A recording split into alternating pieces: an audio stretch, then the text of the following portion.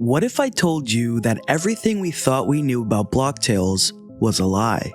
That the hero's journey we've been following is actually a carefully orchestrated trap? That Shedletsky, the admin we've trusted from the beginning, might be the mastermind behind the greatest deception in Roblox history? After hundreds of hours of analyzing Demo 4's hidden details, I've uncovered something that will change how you see this entire game. In this video, I'm going to expose the shocking truth about Shedletsky's real agenda that the developers have been hiding in plain sight. I'll reveal why the player's journey isn't just a simple quest, but a time loop specifically designed to fail. And most disturbing of all, I'll uncover the terrifying connection between the mysterious Dominus figure Euric and Roblox's most dangerous myth, 1x1x1, that explains everything. The evidence scattered throughout Demo 4 creates a pattern so disturbing that once you see it, you can't unsee it. But first, let me show you something that completely changed my understanding of this entire story. Remember the pre-prologue scene where we witnessed Builderman's kidnapping by that hooded Dominus figure? I noticed something that everyone missed. This isn't the first time this has happened. Look at how the player already knows Terry personally, already understands the Super Ball's power without explanation, and most tellingly, there's a statue at Roblox HQ commemorating their heroic deeds from 2010. Do you see what this means? We're not playing through the first adventure. We are trapped in a time loop that's happened countless times before.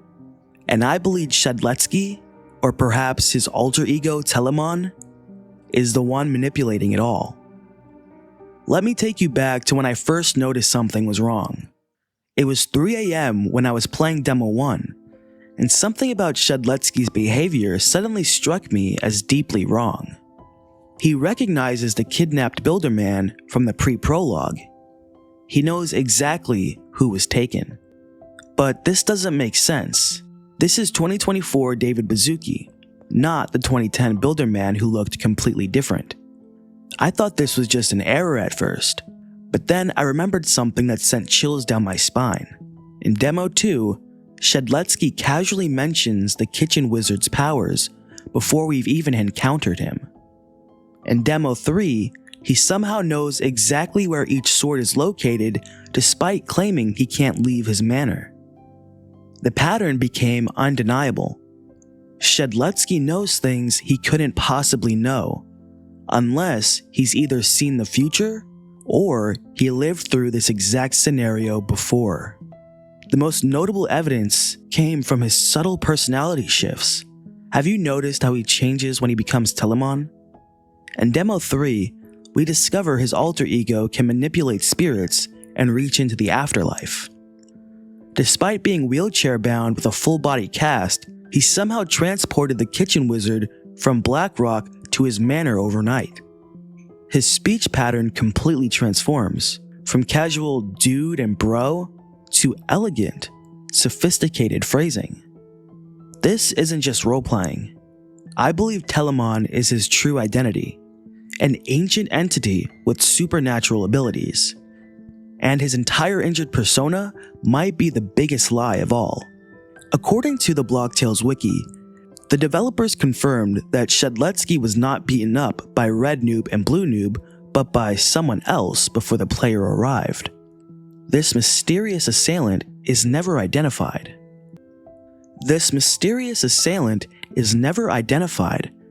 Another convenient gap in the story. Think about his pattern of deception. In Demo 1, he immediately blames Red and Blue for Builderman's kidnapping without evidence. In Demo 3, he sends us to his supposedly innocent manor that's actually infested with undead spirits. And in Demo 4, he awkwardly calls us a temporary Roblox employee while muttering things about things falling into place. The question isn't whether Shedletsky is lying to us, it's what his ultimate goal really is. And that's where things get truly disturbing. I need to tell you about the moment everything clicked for me. I was researching the hooded Dominus figure from the pre-prologue, comparing screenshots when a comment from an old Roblox player caught my attention. They mentioned the figure resembled a terminated Roblox myth called Euric. At first, I just dismissed it until I started digging into Euric's history. The similarities were shocking. Builderman immediately recognizes the Dominus figure, suggesting an old connection. When the hood shifts, you can briefly see skull-like features under the Dominus hat, Euric's trademark. Most tellingly, Telemon's manor is literally built on the exact coordinates where Euric's resting place appeared in early Roblox Halloween events. This wasn't just speculation anymore. I discovered something even more chilling. The real-life Shedletsky actually co-created the Euric character and had administrator access to the account back in 2008. And that Dominus Astra worn by the antagonist? Shedletsky owns 3 of them across his alt accounts in real life. The final piece came when I compared speech patterns. Both the Dominus figure and Telemon speak with the identical, elegant, sophisticated manner, completely different from Shedletsky's normal casual speech. The evidence suggests a horrifying possibility. These aren't different characters at all. They're different manifestations of the same entity. But if Shedletsky is connected to the Dominus figure who kidnapped Builderman, why would he then tell us to try to save him? Unless saving Builderman was never the real objective. There's something far more valuable he's after, and it involves the swords we've been collecting for him. I never would have believed this theory until I discovered the Sword Corruption Network. My moment of realization came during that mind exploration sequence in Demo 3. What if hatred isn't just inside the Ghostwalker? What if it's a force that exists within every sword we've collected? Look at the pattern across all Guardians. The Cruel King heard voices tormenting him about his kingdom's future destruction. The Griefer was influenced by darkness before he even touched the Venom Shark. Captain Trotter transformed into a monster through the Firebrand's mere presence.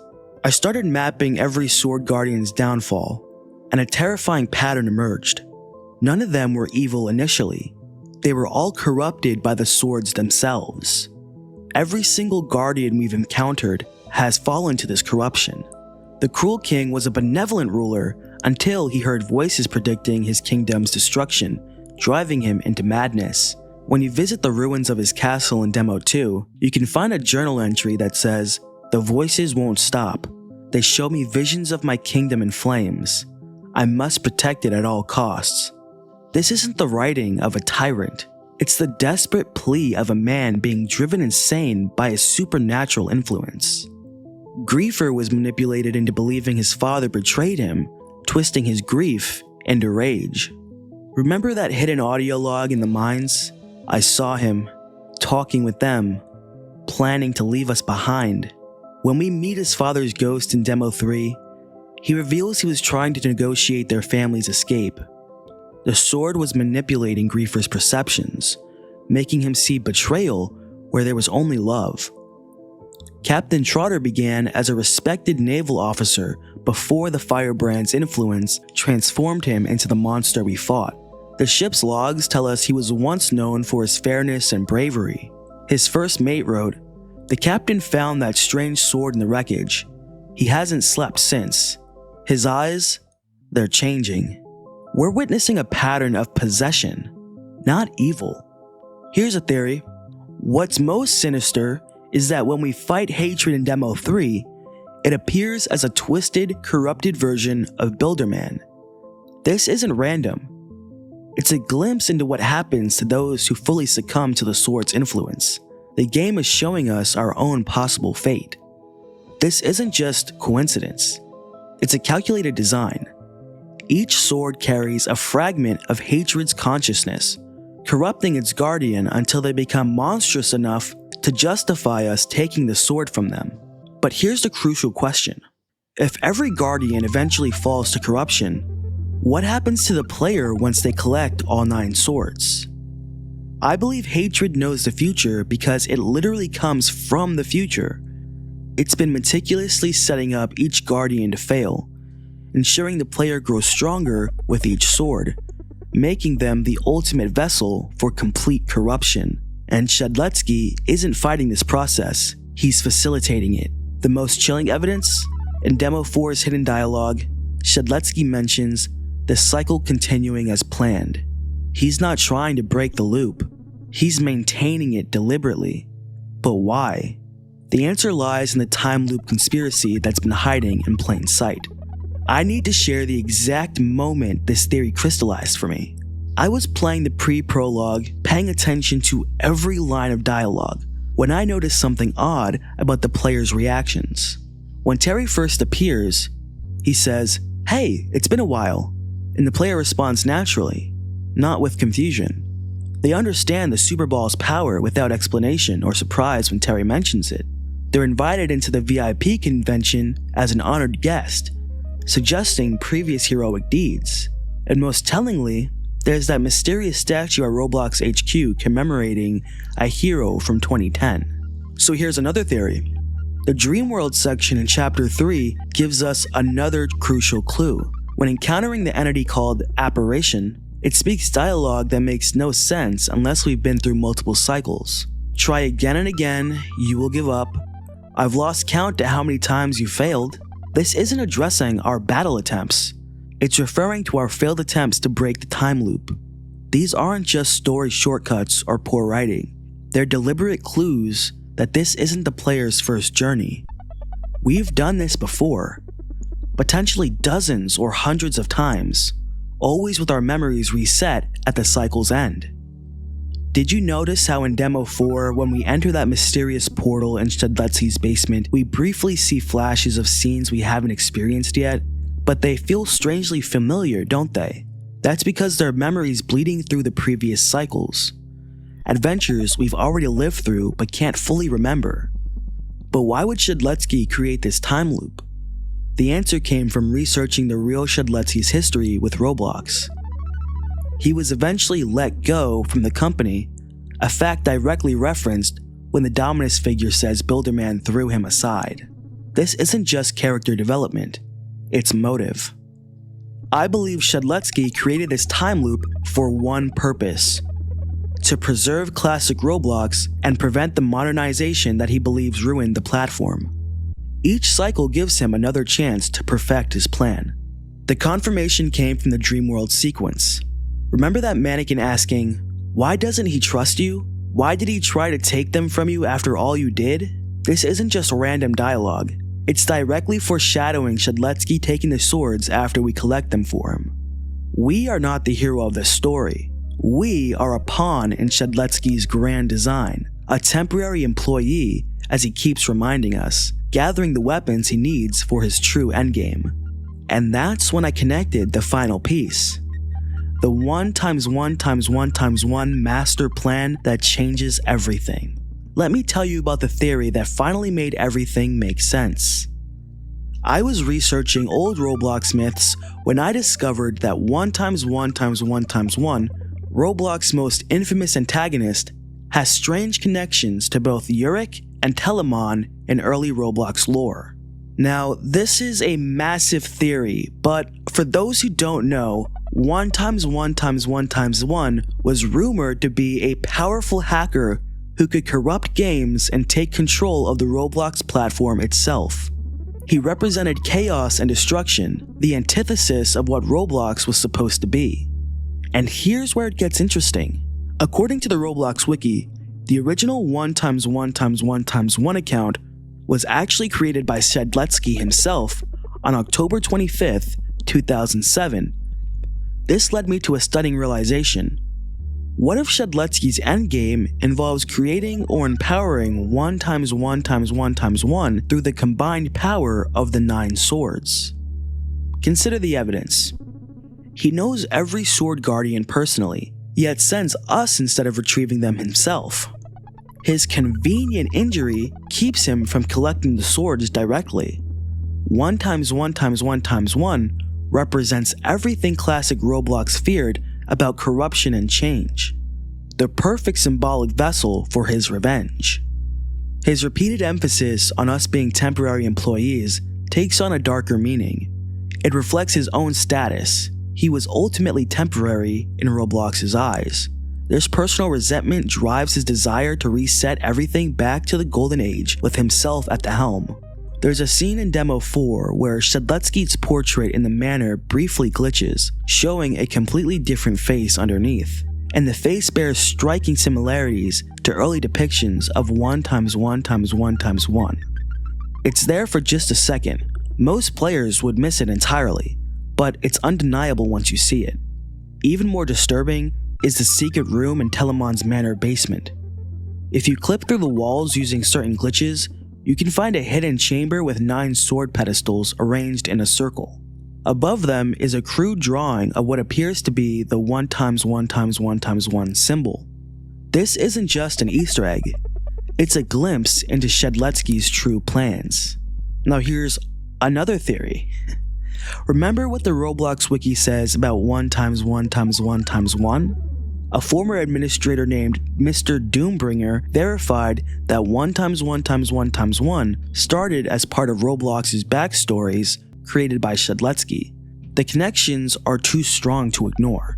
This isn't just a fantasy adventure anymore. It's a cosmic horror story where we've been unknowingly helping the villain all along. And the worst part, even if we figure out this cycle, our memories will be reset again and the loop will continue. But there's one last piece of evidence that truly haunts me. In the Demo 4 credits sequence, there's a frame showing a wall of photos, each depicting a player character from different time periods, all holding the exact same swords. These aren't different heroes. They're us, from previous loops, all manipulated by Shedletsky into gathering the same weapons. The evidence is overwhelming. Shedletsky isn't the helpful admin he pretends to be. He's the architect of our doom. He's trapped us in a time loop where we're doomed to collect increasingly corrupted swords, growing stronger with each cycle until we become the perfect vessel for either hatred's complete takeover or his own plans with 1x1x1x1. Every sword we collect makes us more dangerous. Every victory feeds into his master plan. And the most terrifying part? We might have done this dozens, even hundreds of times already, with our memories wiped clean each loop. Here's another theory. The dream world from Chapter 3 isn't just a metaphorical journey. It's a glimpse into what happens to our consciousness between cycles. The apparition enemy we encounter is described on the Block Tales wiki as a two-dimensional outline of a Robloxian that is supposed to impersonate the player. It even says things like, "I've lost count to how many times you failed." This entity is likely a fragment of our consciousness from previous loops, trying to warn us. The truth is devastating. We're not playing Block Tales. We're trapped inside it, destined to repeat the same journey over and over, getting closer to Shedletsky's true objective with each cycle. But there might be one way to break free. I noticed something in Demo 4 that the developers hid so well, most players would never find it. In the Kitchen Wizard's recipe book, there's a torn page that contains what looks like random gibberish. If you rearrange the letters, it spells out a message.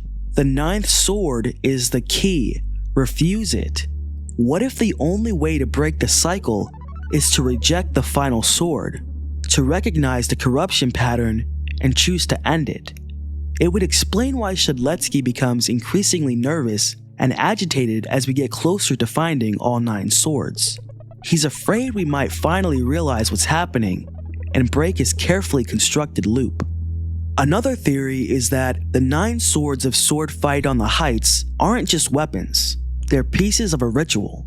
According to the information found in-game, Shedletsky is one of the only people who can pull the swords from the resting places, the other person being Mayor Thaniel. This isn't just a coincidence. This is because he's the one who placed them there to begin with. The thing is, knowing about Shedletsky's deception is useless unless you understand the player's true destiny, because there's one terrifying detail about the time loop that changes everything, and it's hiding in plain sight in Demo 4. But before you go down that rabbit hole, make sure to watch my video, Every Block Tales Call Card and What They Actually Do, because I discovered something crucial about the Griefer card that directly connects to this conspiracy. The card effects aren't just gameplay mechanics, they're actually hints about how to break the loop. And once you understand how they work together, you'll never see the swords the same way again.